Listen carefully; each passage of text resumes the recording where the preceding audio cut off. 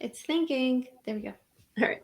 Hello, hello, and welcome to Hygiene Elevated Conversations and Innovations. Today we have the pleasure of speaking with Letitia Hill. Letitia, thank you so much for taking some time to talk with us this afternoon.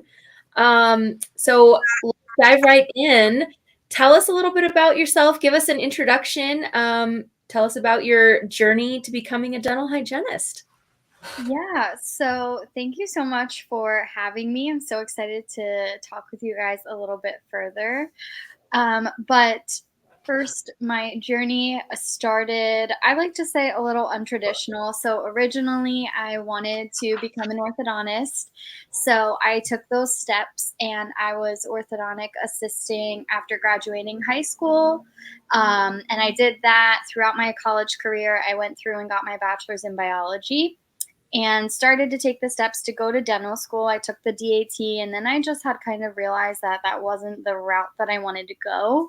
But I still enjoyed being in the dental field. I loved the hands on aspect. I loved getting to know patients, creating that patient rapport. So I decided to pursue hygiene instead. And that's kind of where I ended up. It's not a bad place to be. No, it's not. So, Letitia, I know you've dubbed yourself like the pandemic hygienist. And tell us more. Tell us Okay. what that was like. I just felt like I was a product or a child of the pandemic in a sense. So I just started like calling myself a pandemic hygienist, and I didn't realize that people were kind of intrigued by that. But I started my educational journey with hygiene in 2018. And so that would have put my graduation year in 2020. And we had my hygiene journey, school was rough for me. I was actually really struggling mentally with anxiety and OCD, and I was trying to kind of get that under control. And school kind of like broke me in a sense. Clinic was very hard for me. It was hard not being in control of certain situations. You know, when you have a patient in your chair, you don't know what you're going to get, what's going to show up. And doing something for the first time and being graded on it, that was very hard.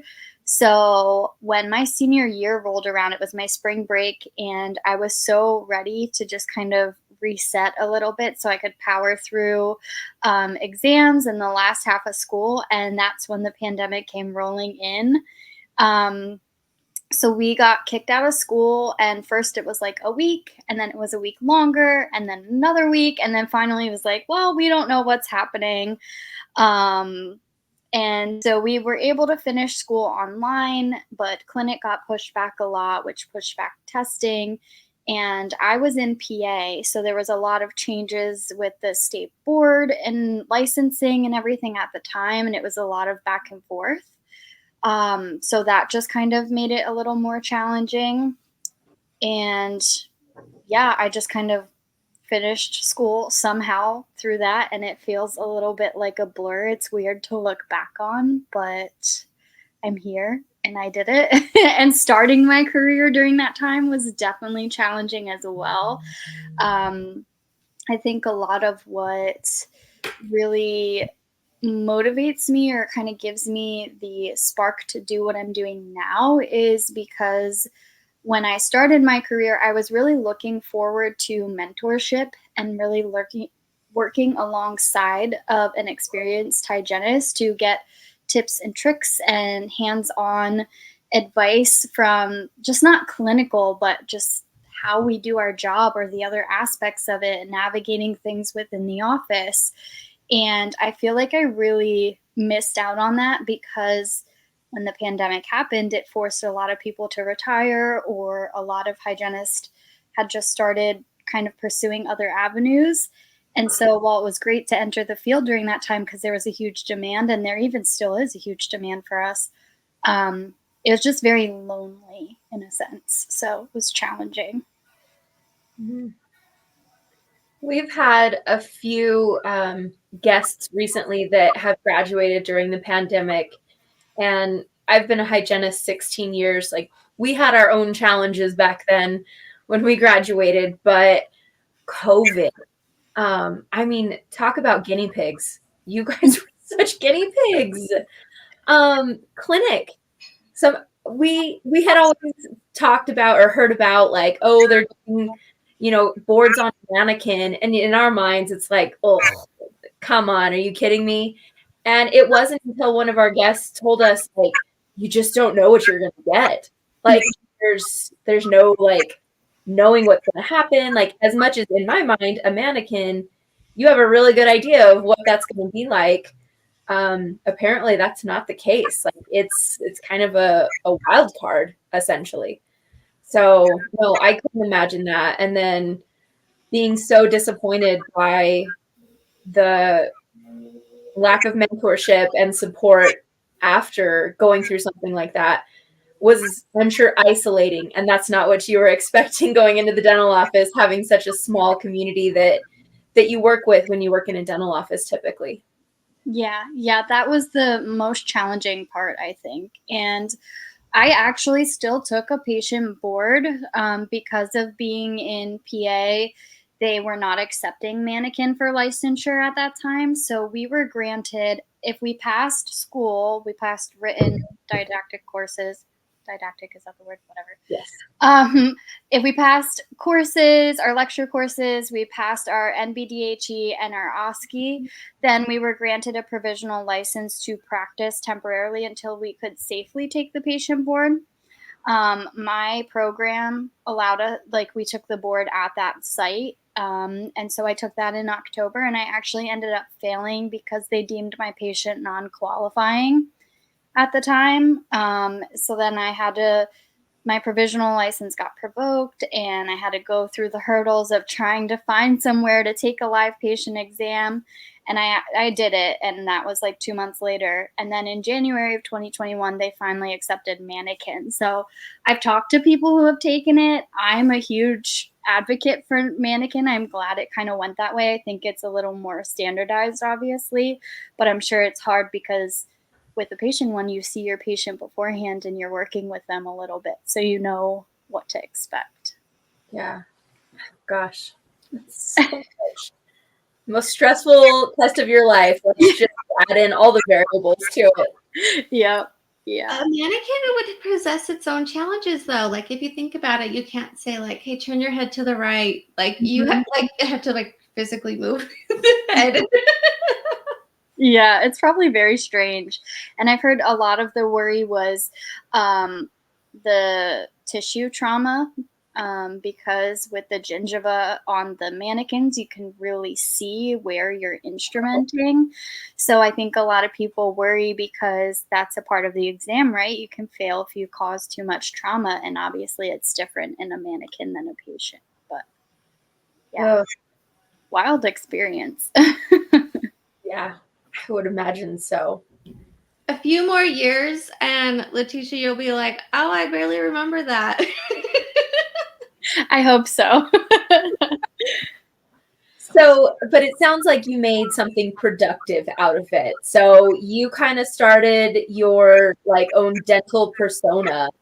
How has that kind of evolved since starting practice? It's definitely changed a lot since I've started. I think now that I'm in my 4th year of practicing, I've noticed more recently how much more confident I am in my skill set. And I don't know when that clicked really, but I'm glad it did.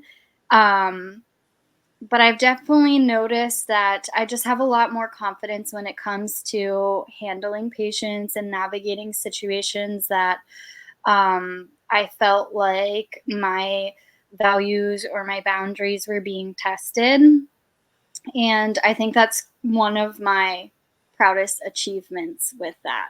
But my dental persona is also draining to me in a sense because it's very hard every day to go in and put on like this happy face and this bubbly, sparkly personality that I am to a certain extent, but not that amped up. So it gets a little challenging to tap into that every single day.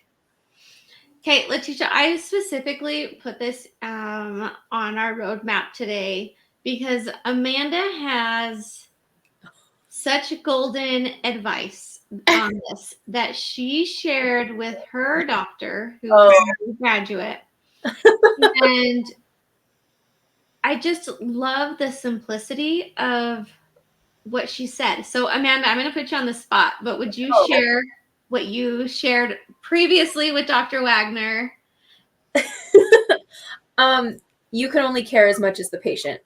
So, I mean, we go in with the best intentions. We want to save everybody. We want to heal every 4+ millimeter pocket that goes in there. That's our goal, right?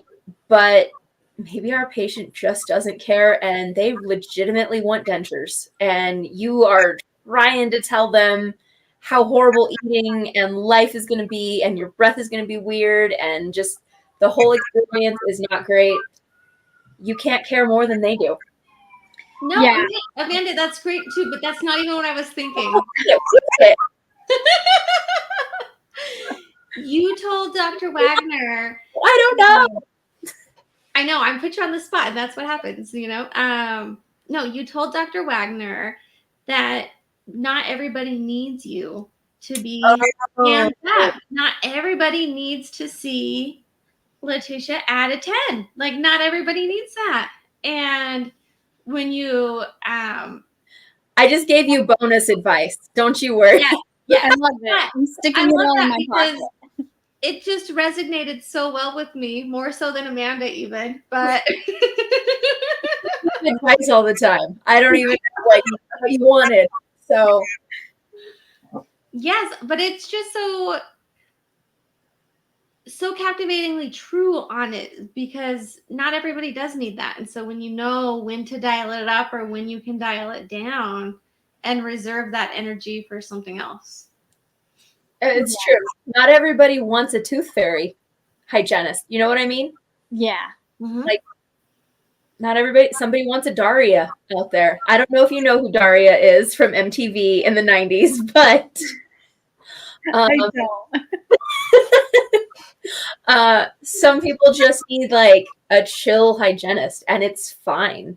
So yes, definitely understanding your patient's personalities, like that's a skill that you learn, and just what they need and how to speak to them where they're at. It's definitely a skill. So not everybody wants to do small chat all day long. No, and I definitely appreciate when I have those people that don't. I'm like, okay, I get a breather too. Let me calm down a little bit. Yeah, no, for sure. Sorry, wrong. No, it's fine. I just was thinking, you know, my dental persona does take over, and Joffrey the hygienist will be doing too much. Mm-hmm. Like, stop, Joffrey, just stop. It's a very natural thing, I feel like, which is harder in a sense, because I feel like that's a lot of, like, when you think of a hygienist, like that's the personality that comes to mind, or that idea of a person. And so I think because it almost comes so naturally, it's sometimes harder to dial back, because you're just automatically like tapping into it without realizing. Mm-hmm. You're not wrong. I mean, even a decade later, I still have to gauge myself a little. I could get super upset some days, like my assistant isn't cleaning my rooms fast enough, because I'm like boom, boom, boom, boom, boom in my head. And then all of a sudden I'm like, stop beating her to the punch all day. Mm-hmm. And then I can relax inside a bit. Yeah. Well, my toxic trait is not doing my notes until the end of the day. Oh, don't do that. Don't be me. That'll be the death of you, Amanda. Clinic at the end of the day. Very well. I always wanted to be that hygienist who just finished them like right away. I do. Yeah. Miss OCD over here. I had a feeling you would do that. Yeah, I have my whole like routine and schedule, And it's actually really funny because sometimes when I'm pulled out of it, like my word vomit starts happening because I'm so used to like saying certain things at certain times. I'm like, oh my gosh, why did I do that? But oh yeah, my notes are always done before the patient leaves the room. I can't come back to it. It drives me No, that's a good habit. Don't you apologize for that. You know, I did listen to a few of your podcast episodes. One that I liked quite a bit was when you were talking about imposter syndrome. I'm wondering if you would share with us your experience with imposter syndrome, how you dealt with it, if that's okay with you. Yeah, absolutely. Imposter syndrome for me started very early on in my career, and I didn't realize that it was happening. It kind of started in school, and now that I'm a little more educated on it and know a little bit more about it, I can see where it started. So it started in school, and I just felt like a fraud. I felt very fraudulent. I felt like I could not do or should not be doing what I was doing. And it was a very internal battle and struggle for me. So when I first started practicing clinically in the real world, my whole appointment with my patient, the only thing going through my head was, am I even using this scaler right? I don't think I'm doing this right here. I don't think I'm actually getting anything off. This patient probably thinks, like, what is this girl doing in there? She's just poking around. Like, she's not even actually cleaning my teeth. So it was a lot of like a mental battle for me. And actually, for me, it didn't stop until I finally took the leap and put myself on medication for anxiety and OCD. And that's when I could really start to kind of turn off like that mental block that I was hitting. And I had spent, like, just personally, I spent a lot of time in therapy, and I spent a lot of time trying to avoid medication because there was personal things in my life that people around me had negative experiences with. So I didn't want to go down that route. But all of my tools in my toolkit of managing my anxiety and my OCD were just not cutting it. There was always that hurdle that I couldn't pass. So for me, it really started to change a lot when I took that route, and then I could kind of calm my brain down a little bit more. Helped you take But it. it's not for everyone too. Like some people, you know, that might not be the route for them. So I understand that. And it is definitely a challenging thing to overcome. It takes a lot of like, really got to work on affirmations and positive talk and figuring out how to take that step back. Some of the biggest advice that I give new graduates that I've been talking to recently is you just have to tell yourself that if you couldn't do it, you wouldn't be where you are. You wouldn't have gotten through school. You wouldn't have passed that test.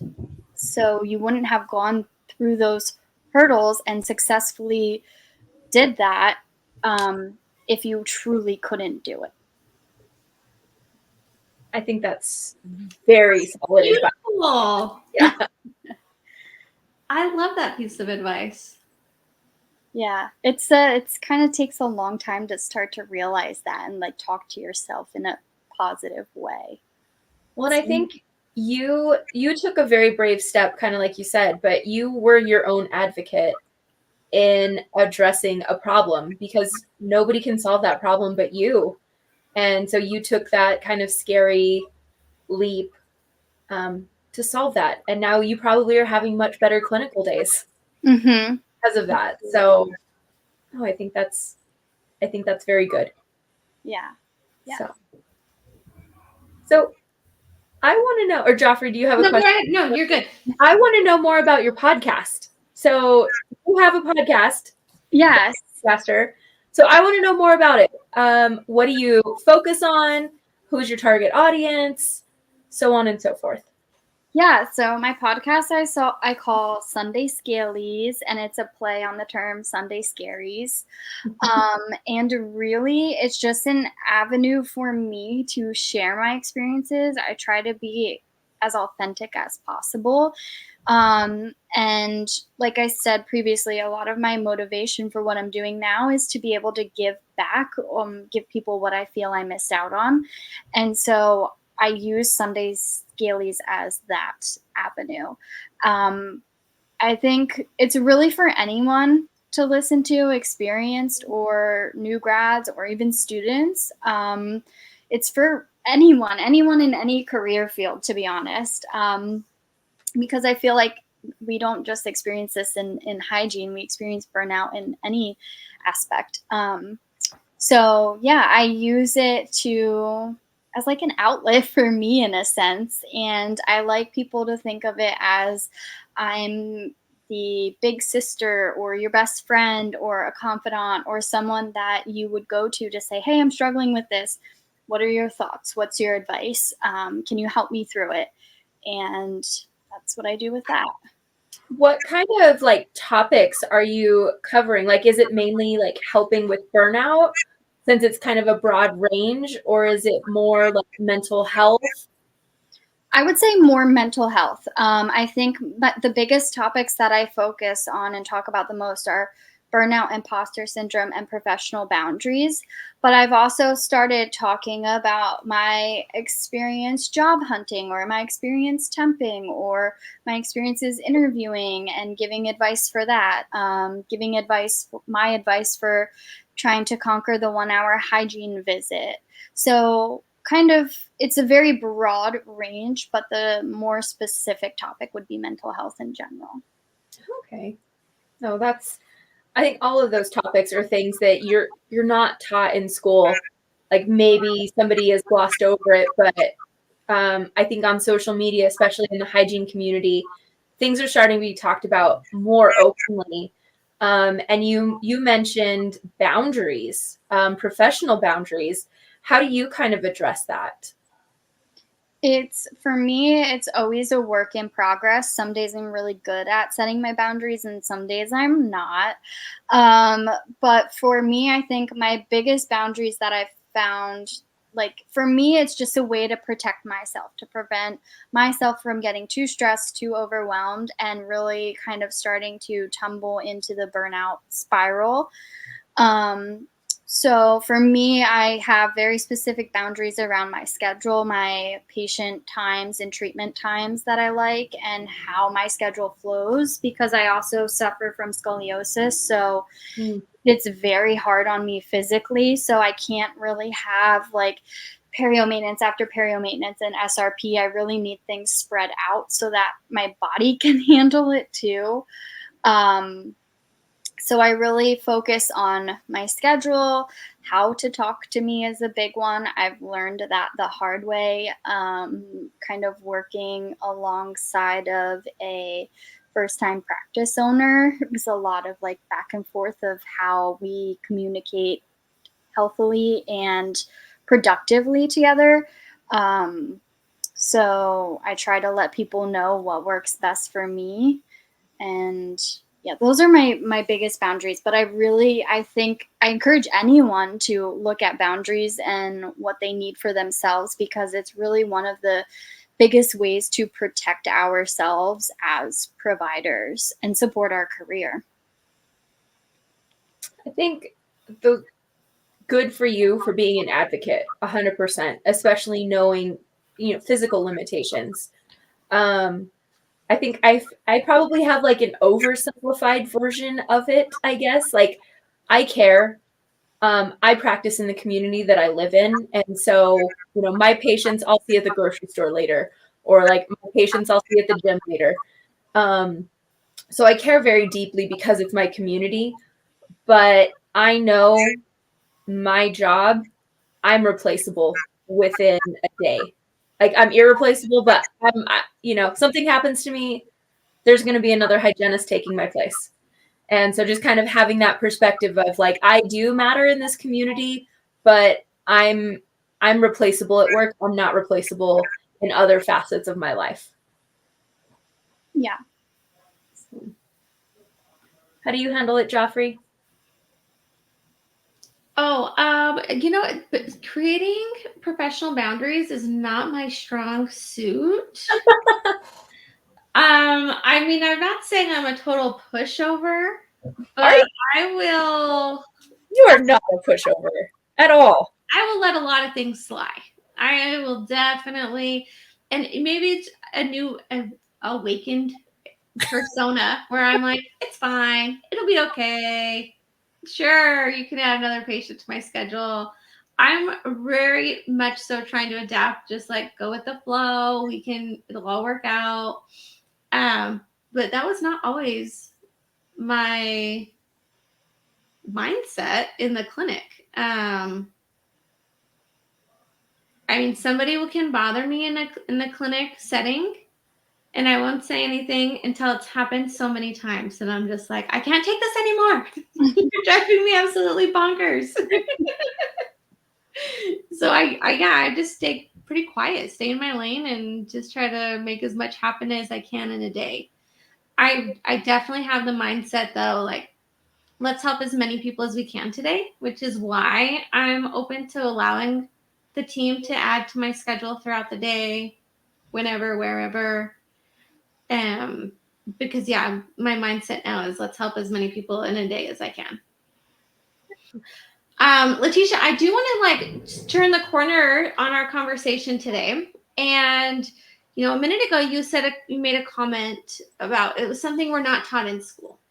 And that's kind of where I want to go. One of the things we're not taught in school is how to build our careers outside of the operatory as a dental hygienist. Mm-hmm. And Letitia, you've done an amazing job at getting your career started. You've written articles, you've mentored, you speak, you've got your podcast. Like, you're building this persona, shall we say, that's very well-rounded. So I wanted to elaborate on that a little bit, because this is something we're not taught in school, like not at all. So I want to know more of the details, like what inspired you to start doing more than clinical hygiene? I think I was feeling very stuck, and I was feeling very isolated, and I was struggling with my burnout, and I was struggling to cope with some things that I was experiencing. And I just had kind of felt like, well, I feel like I'm alone, but I know I'm not. I know there's someone out there that failed their clinical board. I know there's someone out there that's struggling with, is this for me? Can I do this long term, or whatever it may be?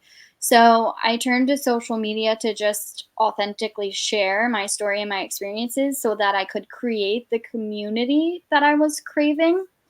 And when I did that, I inadvertently got in contact with Diamond Dental. Have you heard of those ladies? Mm-hmm. Yes. And they're just so amazing. They're amazing individuals. And I started their coaching program. And that's when a lot of the non-clinical aspects that I was trying to seek but didn't know how to started to unfold for me. And that's how I got a little bit more into writing and speaking and creating my own courses for students, and things like that. So they helped to really amplify that for me, which is amazing. But had I not turned to social media, I think I would honestly still be struggling with how do I get out there, because that was the biggest hurdle for me. In my educational journey, instructors did mention it. They were like, oh, well, if you wanted to, you could do lunch and learns, you could be a rep for a company, or you could do writing. But that was the extent of it. There was no, if you're serious about pursuing this, this is who you'll contact, or check in here.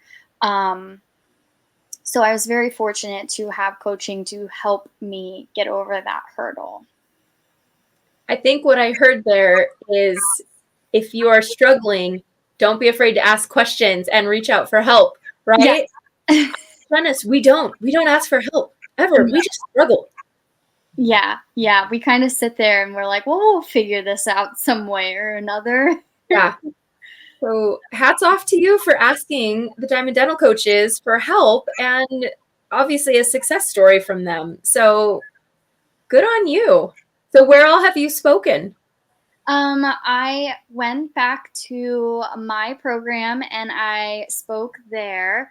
I did a course with Cloud Dentistry for professionals, and then I did a course on their student platform. And that's it so far. I have a couple more things in the works coming up, but we'll see. We'll see how it goes. Okay, so what about writing? What, I'm sure similar topics, but what media? Yeah, RDH Mag, Dentistry IQ, and RDH Connect. I've written for all of them.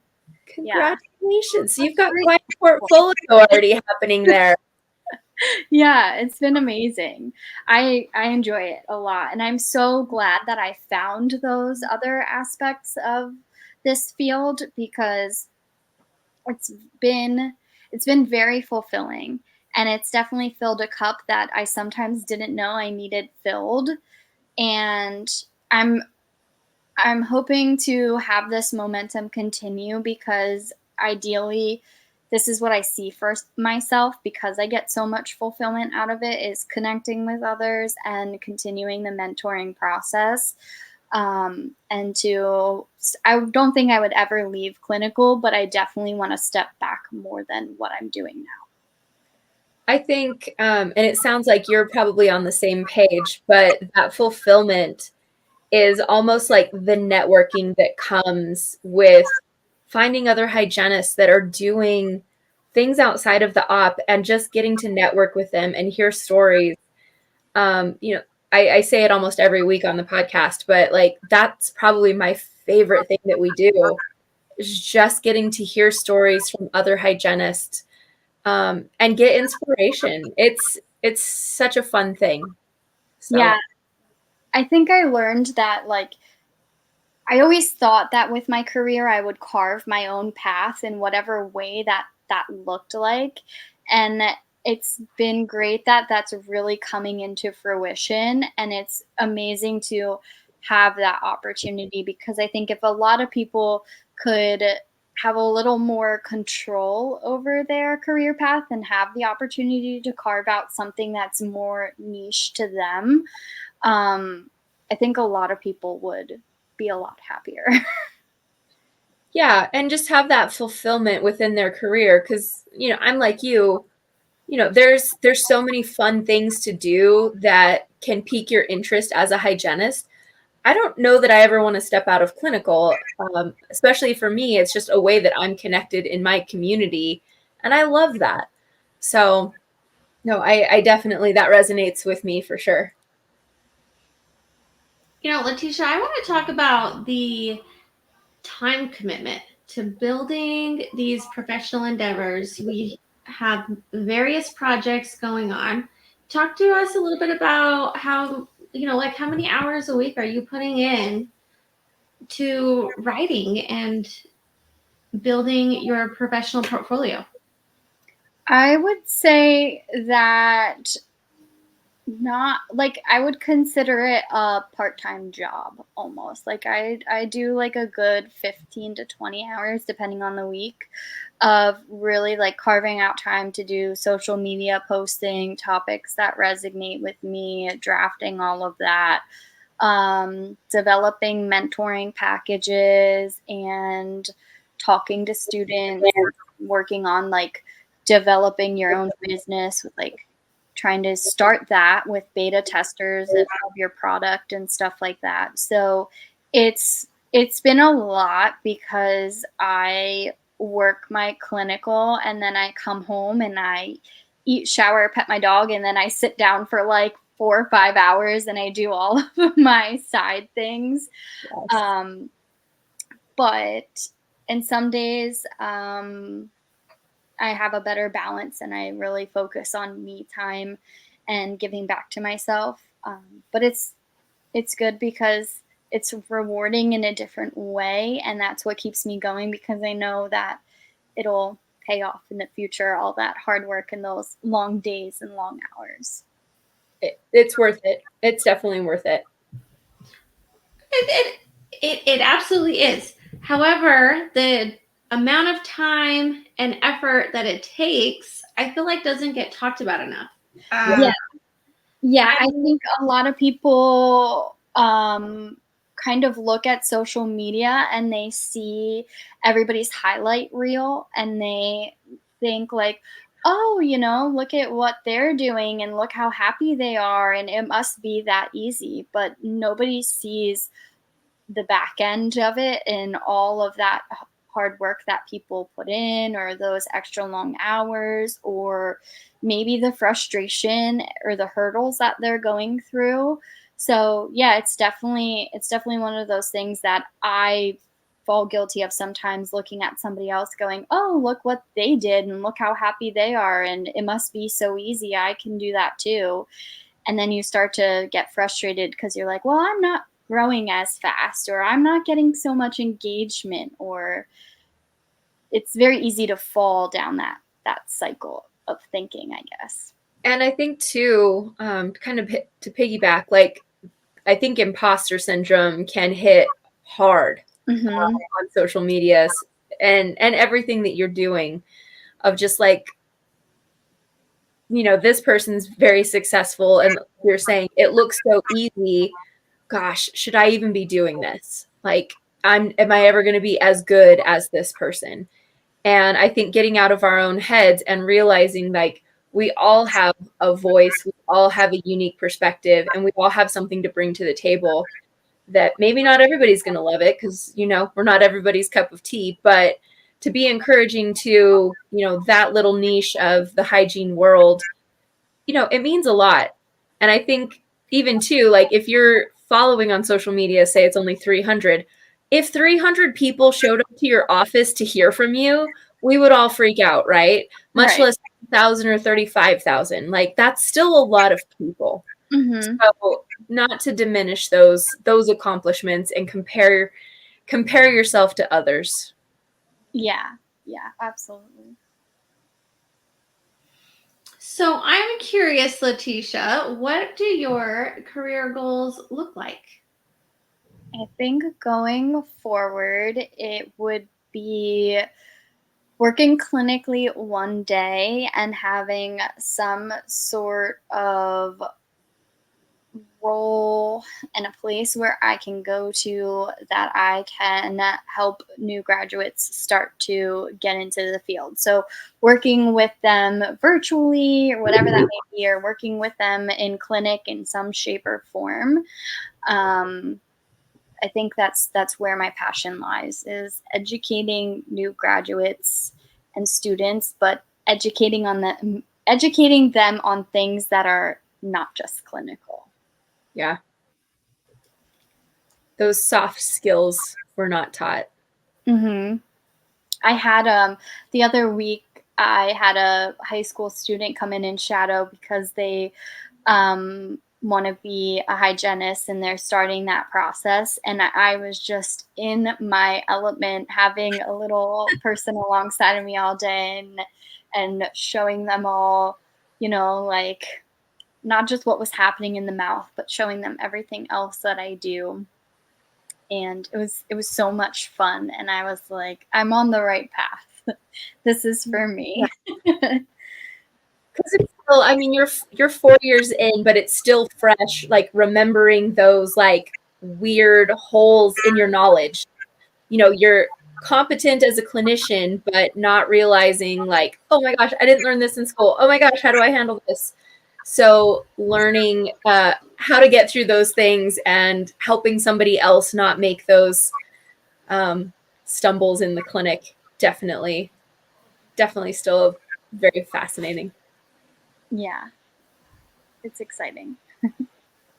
So Amanda and I always close the podcast out with the same 2 questions. So I'm going to ask the first one. What topic or concept do you wish you learned in school that took you a very long time to learn in private practice?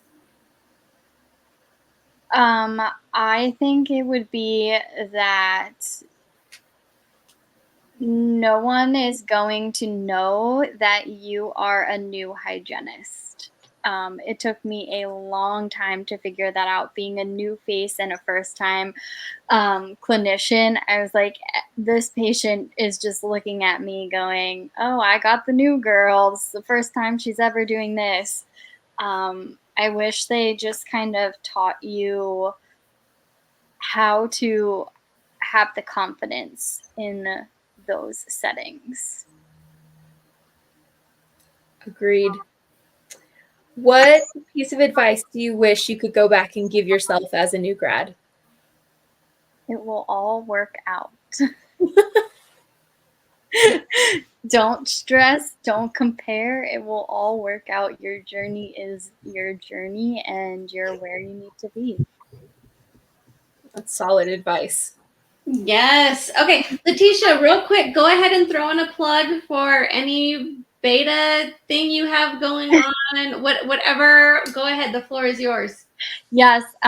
Follow Sunday Scalies podcast on Spotify and Apple Podcasts, and follow me on Instagram, Tooth Fairy Tish, and that's where you can message me to connect with me further, to learn about what I'm doing with mentoring, and reach out if you need any help or just want to rant or chit chat, whatever it may be. I am there.